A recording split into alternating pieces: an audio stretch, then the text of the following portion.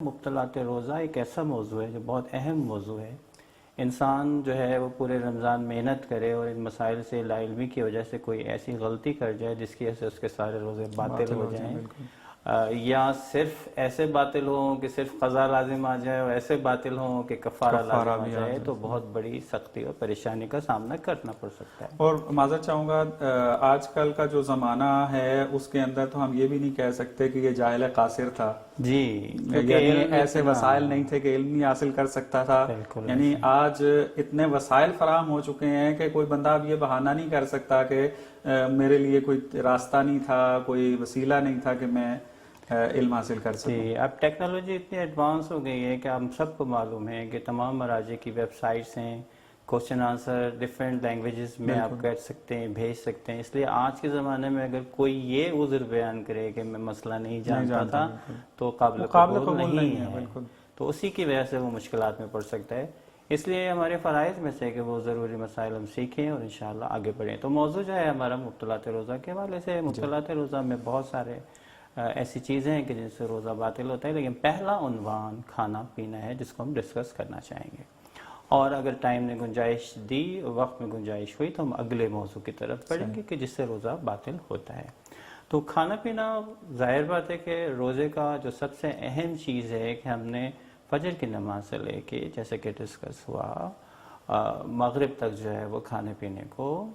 روکنا ہے، یہ اہم ترین چیز ہے۔ اب کھانے پینے کے اندر اطلاق کس کس چیز پہ کھانے پینے کا ہوتا ہے؟ سب سے پہلی بات جو کی جا سکتی ہے وہ کی جا سکتی ہے کہ جی کھانے پینے سے مراد روٹین کا کھانا پینا ہے، یا ایسی چیز جو عام طور پہ نہیں کھائی جاتی ہے لیکن وہ کھا لی جائے تو کیا روزہ باطل ہو جائے گا؟ تو جی، جس چیز پر بھی کھانے پینے کا اطلاق ہو، چاہے آپ نارمل حالات میں سے نہیں کھاتے ہوں، تو اس سے جو ہے روزہ یعنی عرف اگر اس کو کہہ دے کہ اس نے کھایا ہے یا پیا ہے تو اس سے روزہ باطل ہو جائے گا۔ بعض جگہوں پہ عرف، بعض جگہوں پہ خود فقہاء نے بیان کیا، مثلا شاید عرف نہ کہے کہ مسواک اگر میں کر رہا ہوں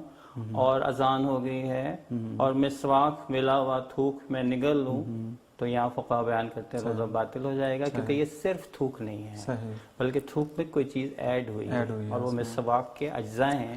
اور وہ اجزاء جو ہے کھانے پینے میں شمار ہو سکتے ہیں۔ تو شاید عرف سے بھی تھوڑا وسیع تر یہ موضوع جو ہے وہ جائے گا،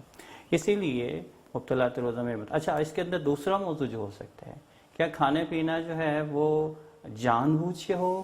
یا کسی غلطی کی وجہ سے کوئی کھا پی لے؟ تو بعض لوگ پریشان ہوتے ہیں، بھول جاتے ہیں کہ روزہ ہے، بھول جانے کی وجہ سے جو ہے روزہ جو ہے وہ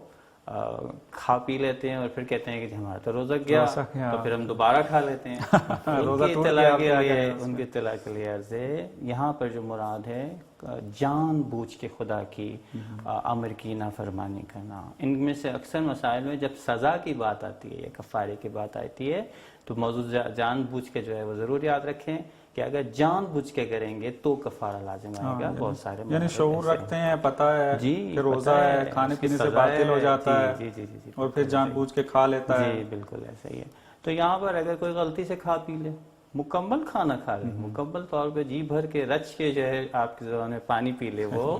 تو مسئلہ نہیں ہے، روزہ باطل نہیں ہوا، کیونکہ اس نے انٹینشنلی جان بوجھ کے بھول گیا تھا تو روزہ یہ ابتدائی دنوں میں بہت